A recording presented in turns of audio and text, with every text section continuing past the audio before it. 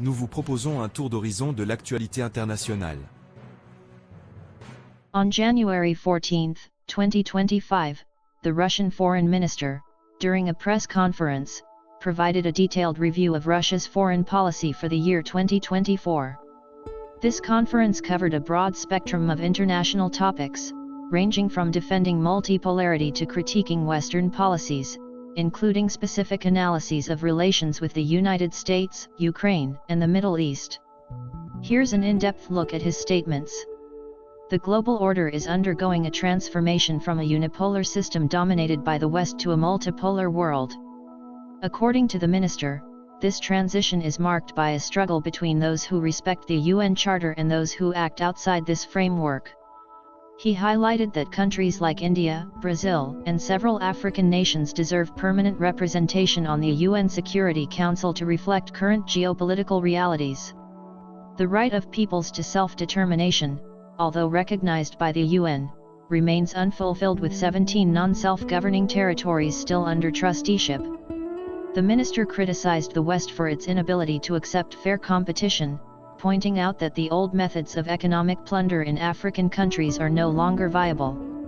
He warned against a slippery slope where Western countries might end up if they continue to ignore principles of mutual respect and equitable cooperation. He emphasized the importance of respecting all international partners' interests.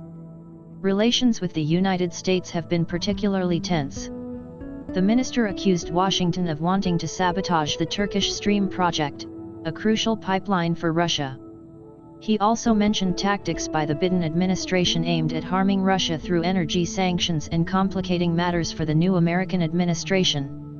Regarding the Trump administration, the minister mentioned the interest in monitoring the methods Trump might use to make America great again, particularly his attempt to buy Greenland, emphasizing the need to consult with Greenlandic people.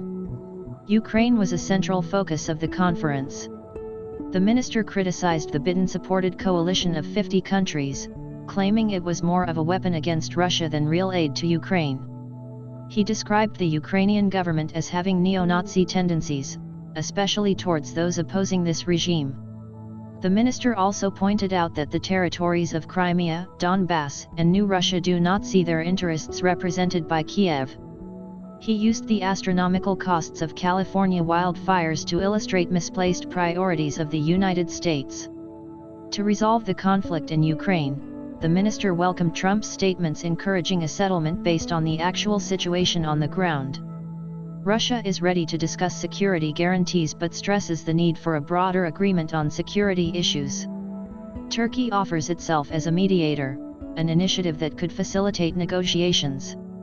Trump was described as the first Western leader to honestly acknowledge NATO's lies about its eastward expansion. The minister expressed Russia's interest in observing and analyzing Trump's policy, especially concerning Ukraine, though concrete proposals for a meeting between Putin and Trump have not yet been made. Finally, regarding the Middle East, the minister confirmed Russia's continued engagement in the region, particularly in Syria, despite challenges. He criticized Bashar al-Assad's inaction on social issues, exacerbated by American interference.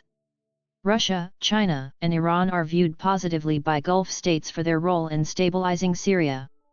The strategic agreement with Iran is presented as a bilateral security partnership, not directed against other nations.